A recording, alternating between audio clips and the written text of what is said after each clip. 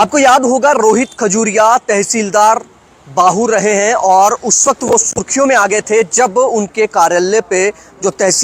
बाहू तहसील का जो कार्यालय था, जो ऑफिस था, वहां पर एसीबी की रेड होती है और एसीबी का दावा रहता है कि 50,000 रुपये रिश्वत लेते हुए उन्हें गिरफ्तार कर लिया गया है। काफ़ी विवाद हुआ, काफ़ी सुर्खियां बटोरी रोहित खजूरिया ने। और आपको बता दें, अब रोहित खजूरिया जो है वो एक याचिका लेकर जम्मू कश्मीर और लद्दाख हाईकोर्ट में पहुंचे हैं, जिनकी उनकी तरफ से उनके वकील जो है, सीनियर वकील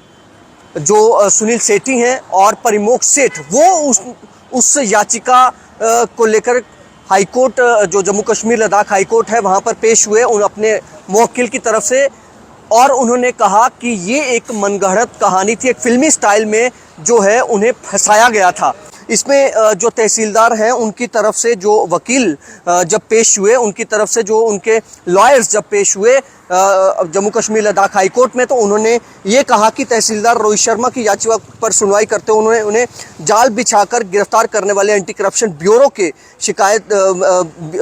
ब्यूरो के अधिकारियों, कर्मचारियों, मामले में शिकायतकर्ता और आरोपित तहसीलदार की कॉल डिटेल व जीपीएस लोकेशन संरक्षित किए जाएं। ये याचिका रोहित शर्मा के जो वकील सीनियर एडवोकेट सुनील सेठी जब उस अपने जो दूसरे सहयोगी एडवोकेट परिमोक्ष सेठ के साथ के माध्यम से कोर्ट में उन्होंने ये याचिका दायर की हुई है। इसमें उन्होंने एंटी करप्शन ब्यूरो राजौरी के तत्कालीन एसएसपी और एसीबी की पूरी टीम पर उन्हें फर्जी व नाटकीय तरीके से गिरफ्तार करने का आरोप लगाया था। और तहसीलदार रोहित शर्मा की ओर से पेश सीनियर एडवोकेट सुनील सेठी ने कहा कि उनके मुवक्किल को डीएसपी व उनकी टीम ने उन्हें बहकावे में लाकर दबोच लिया था। सेठी ने इस संदर्भ में एक सीसीटीवी फुटेज भी जो है कोर्ट में पेश की। उन्होंने कहा कि उनके मुवक्किल का अधिकार है कि वो निष्पक्ष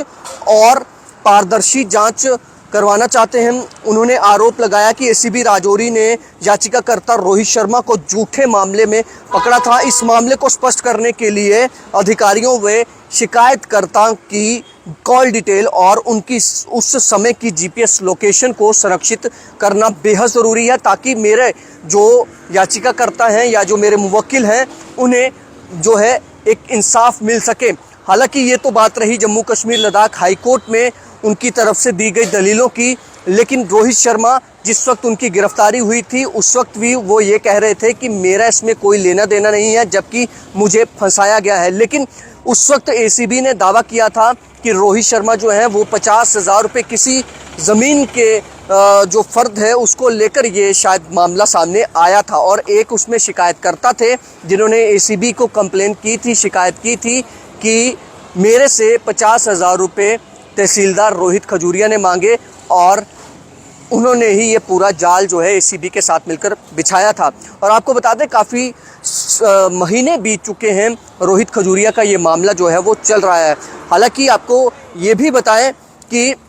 इस मामले में जो एसीबी है वो एक बार ये भी कह चुकी है कि जब उन्होंने कोई जो मटेरियल उन्होंने कहा था हमारे पास मटेरियल बरामद हुआ, उसमें 2 बार वो चेंजेस भी की गई। उन्होंने कहा कि कुछ चीज़ें गलती से ऐड हो गई थी, फिर दोबारा से एफिडेविट या हल्फनामा दिया गया था कि हमने जो पहले लिखा था वो गलती से लिख दिया गया था। तो ये जो सारी कड़ियाँ हैं ये आपस में जुड़ रही हैं और पूरे मामले की जांच होना बेहद ज़रूरी है। सीबीआई का भी रोल इसमें सामने आया और पूरे मामले की जांच होना, हमने उस वक्त भी कहा था कि इस पूरे मामले की तहकीकात पारदर्शिता से की जाए ताकि जो सच है वो सामने आ जाए। क्या जो आरोप रोहित शर्मा पर लगे या फिर एसीबी ने उन्हें रंगे हाथ पकड़ा, क्या वो वाकई में सही था, सत्य था, या फिर वो कोई वाकई में उनके जो वकील जिस तरह से उन्होंने कहा जम्मू कश्मीर हाईकोर्ट में, जम्मू कश्मीर लद्दाख हाईकोर्ट में, कि क्या वो एक नाटक था, उन्हें बहकावे में लाकर उन्हें दबोचा गया, या फिर वाकई में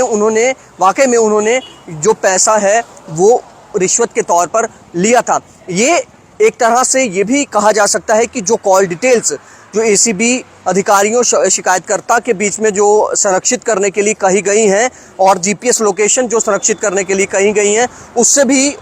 जांच में कई सारी चीज़ें जो हैं वो सामने आ सकती हैं, कई सारी चीज़ें खुलकर निकल कर आ सकती हैं। फिलहाल अब देखना ये होगा कि आगे इसमें क्या रहता है और रोहित खजूरिया को कितना इसमें जो है वो अपने लिए जो इंसाफ की मांग कर रहे हैं, कि वो कह रहे हैं कि मैं बेगुनाह हूँ, क्या वो बेगुनाह साबित होते हैं या फिर जांच में कुछ और निकलकर उनके खिलाफ सामने आता है। फिलहाल देखते रहे जम्मू संवाद। नमस्कार।